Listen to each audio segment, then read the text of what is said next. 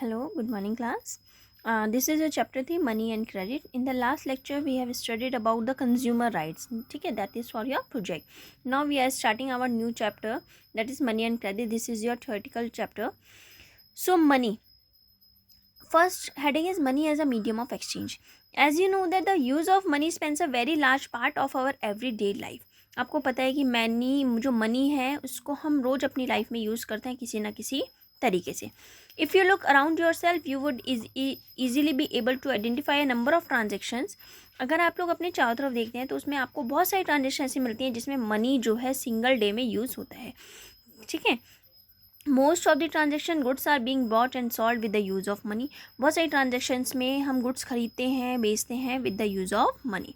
In some of this transaction services are being exchange with money. कुछ transactions में services जो हैं exchange होती है मनी के साथ. For some there might not be any actual transfer of money taking place now but a promise to pay में. कई बार ऐसा होता है कि हम लोग जैसे सामान लाते हैं और लेकिन हम लोग पैसे उस टाइम अगर हमारे पास नहीं होते, जैसे कई बार उधार लेके आते हैं हम लोग ना, तो हम लोग क्या करते हैं सामान ले आते हैं और हम बोल देते हैं कि भाई हम पैसे बाद में देंगे. ठीक है. So have you wonder why transactions are made in money. क्या तुम्हें पता है कि क्यों ट्रांजेक्शन्स मनी में होती है? तो पहले देखो, money acts as an intermediate in the exchange process and it is called medium of exchange. In many of our day-to-day transaction, goods are being bought and sold with the use of money. So what is the reason that why transactions are made in money? The reason as to why transactions are made in money is that a person holding money can easily exchange it for any commodity or service that he she wants. मतलब अगर हमारे पास पैसे होंगे तो हम लोग के लिए ये बहुत ईजी होता है कि हम लोग जो चाहते हैं या जो चाहते हैं खरीदना बेचना वो हम कर सकते हैं. ठीक है. Everyone prefers to receive payment in money and then exchange the money for things that they. हर कोई अगर उनके पास पैसे, अगर तुम उसे पैसों में पेमेंट करते हो तो वो क्या करते हैं, इजीली उसको एक्सेप्ट करते हैं और क्या करते हैं, उससे जो चीज़ उन्हें चाहिए होती है वो चीज़ वो आगे खरीद सकते हैं. ठीक है. Take the example of a shoe manufacture. जैसे सपोज एक मैं एग्जाम्पल लेके बता रही हूँ आपको. एक शू मैन्युफैक्चरर है. He wants to sell shoes in the market. वो क्या चाहता है कि अपने शूज़ मार्केट में बेचना चाहता है और वीट खरीदना चाहता है. उसको वीट खरीदना है और शूज़ बेचने. So he has to first he has to produce for money and then the exchange the money for wheat. ठीक है. सो द शू मैन्युफैक्चर क्या करेगा, फर्स्ट एक्सचेंज करेगा शूज़. उसके बाद he has produce for money, जो उसने पैसों के लिए वो करे थे. उसके बाद जो पैसा आया उससे वीट खरीदेगा. क्या तुम सोच सकते हो, ठीक है, उन्होंने पहले पैसों के लिए वो करा कि पहले उसको बेचा फिर जो पैसा है उससे खरीदा. That is easy. लेकिन अगर उसको सिर्फ ये कहा जाता कि भाई तेरे पास शूज़ हैं, तूने जो है डायरेक्टली सेल करना है, तो directly exchange shoes for without use of money, तो उसको क्या करना पड़ता है, अगर मनी का यूज़ नहीं करना पड़ता तो उससे क्या करना पड़ता है, सबसे पहले उसको सर्च करना पड़ता, उस पर्सन को सर्च करना पड़ता कि जिसके पास में क्या हो, जिसको शूज़ खरीदने हैं और जिसके पास वीट हो, क्योंकि उसे वीट खरीदने हैं. ठीक है. जैसे सपोज मुझे वीट खरीदने हैं तो और मेरे पास शूज़ हैं तो मैं पहले उसको ढूंढूंगी जिसको मेरे शूज़ खरीदने होंगे, क्योंकि उसके बदली में हम लोग एक्सचेंज करेंगे.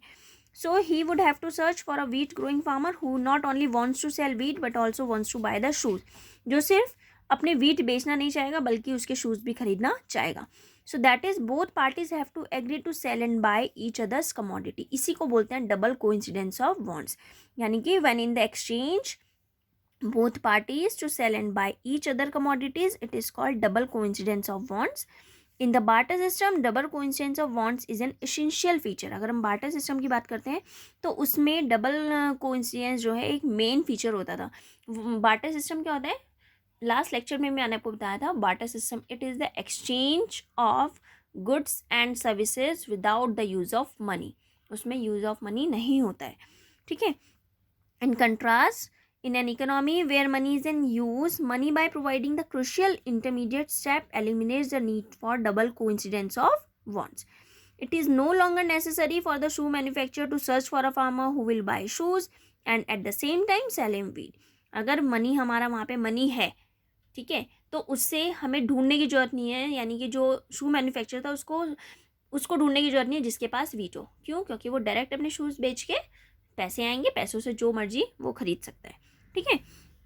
सो all he has to do is search a buyer for a shoes. जो उसको मेन करना है वो क्या करना है, सिर्फ अपने शूज़ के लिए बायर को ढूंढना है. Once he exchanges shoes he can buy wheat और any commodity in the market. So as money acts as an intermediate in the exchange process, it is called a medium of exchange. ठीक है. Now come to the next point. These are 2 points: money as a medium of exchange and double coincidence of bonds. Now come to the next point, that is modern forms of money. Modern forms of money. Modern forms of money include 2 types of currency, paper notes और coins. जो modern forms है money की उसमें paper notes आते हैं और coins आते हैं. Unlike the things that were use as money earlier, पहले जो होता था प्रीशियस मेटल यूज़ करते हैं जैसे गोल्ड, सिल्वर, कॉपर. ठीक है. इन इंडिया जो अथॉरिटी होती है इशू करेंसी नोट्स की, वो किसके बिहाफ पे होती है? On the behalf of central government, that is जिसको RBI बोलते हैं. कोई भी इंडिविजुअल ऐसा नहीं है कि जो है कोई भी प्रोड्यूस इशू नहीं कर सकता करेंसी, सिर्फ RBI को ही ये राइट होता है. No individual in India can legally refuse a payment made in. कोई भी इंडिविजुअल इंडिया में कोई भी जो है पेमेंट जो रुपीज़ में होती है उसको रिफ्यूज़ नहीं कर सकता. So hence money is widely accepted as a medium of exchange. ठीक है. जो करेंसी है, करेंसी हमारी मॉडर्न फॉर्म्स ऑफ मनी मैंने आपको बताई 2 टाइप्स की हैं, paper notes and coins. Unlike the thing that were use as money earlier, पहले क्या होता था यूज़? प्रीशियस मेटल जैसे गोल्ड, सिल्वर, कॉपर. ठीक है. एंड अनलाइक ग्रेन, अगर ग्रेन और कैटल के यूज़ करें तो वो भी पहले बहुत यूज़ होते थे. ठीक है, एक दूसरे से एक्सचेंज करने में. So why it is accepted as a medium of exchange? It is accepted as a medium of exchange. Money को क्यों एक्सेप्ट करते हैं as a medium of exchange? It is accepted as a medium of exchange because the currency और authorise by the government of the country, that is RBI. ठीक है. तो ये मैंने आपको बता दिया. इसके बाद आता है next topic, that is deposit with bank. People also hold money as deposit with bank. People क्या करते हैं? पीपल के पास, लोगों के पास पैसे होते हैं तो वो क्या करते हैं? मनी जो है बैंक में भी डिपॉजिट करते हैं एज अ सेविंग. ठीक है ना. At a point of time people need only some currency for their day to day needs.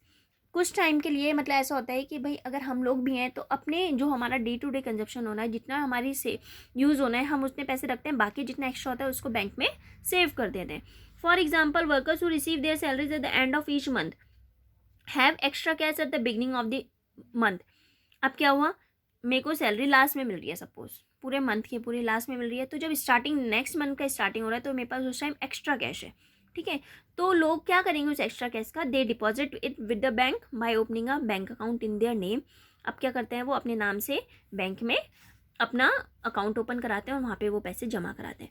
Banks उनके डिपॉजिट को एक्सेप्ट करते हैं और उनको इंटरेस्ट रेट देता है जो उनका डिपॉजिट होता है. So in this way people's money is save with the bank and it earns an in. इस तरीके से क्या हुआ? पीपल का मनी सेव भी है बैंक के साथ साथ और उसके साथ साथ उसको इंटरेस्ट भी मिल रहा है. ठीक है. People also have a provision to withdraw the money. People का प्रोविजन होता है कि वो पैसे निकाल सकता है एज वैन दे रिक्वायर, जब उसको जरूरत होती है. This deposit in the bank account which can be withdrawn on demand. ये जो डिपॉजिट होते हैं जब वो डिमांड पे विड्रॉ करते हैं तो उसको बोलते हैं डिमांड डिपॉजिट. ठीक है. जो हम डिमांड पे विड्रॉ करते हैं. Demand deposit provides another interesting facility. It is that facility which lands the an essential feature of various that of the medium exchange. ठीक है. आपको पता है कि जो भी कई बार ऐसा होता है कि हम लोग कैश से पेमेंट ना करते, चेक से पेमेंट करते हैं. For payment through cheque payer को क्या करना पड़ता है? अगर सपोज मेरे को चेक से पेमेंट करनी है तो मैं पेयर हूँ.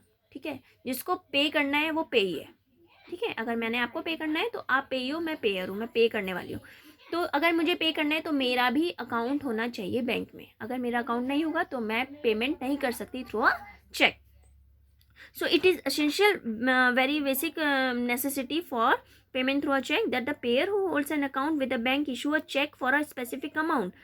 Check क्या होता है? Check एक पेपर इंस्ट्रक्टिंग होता है the bank to specific amount to pay a specific amount from the person's account to the person in whose, जिसके नाम पे चेक होता है उसके नाम पे बैंक को पे करना पड़ता है, जो पेयर होता है उसके बिहाफ पे. ठीक है. सो ये चीज़ हमारी डिमांड डिपॉजिट्स हैं. This facility of cheques against demand deposit makes it possible to directly settle payments without the use of cash. ठीक है. तो ये हमारे मेन चीज़ें थी. इसके बाद you have to do your homework and in the next lecture we will start our new topic that is loan activities of banks. आपको पता है कि लोन एक्टिविटी भी बैंक प्रोवाइड कराता है. ठीक है. Okay, thank you.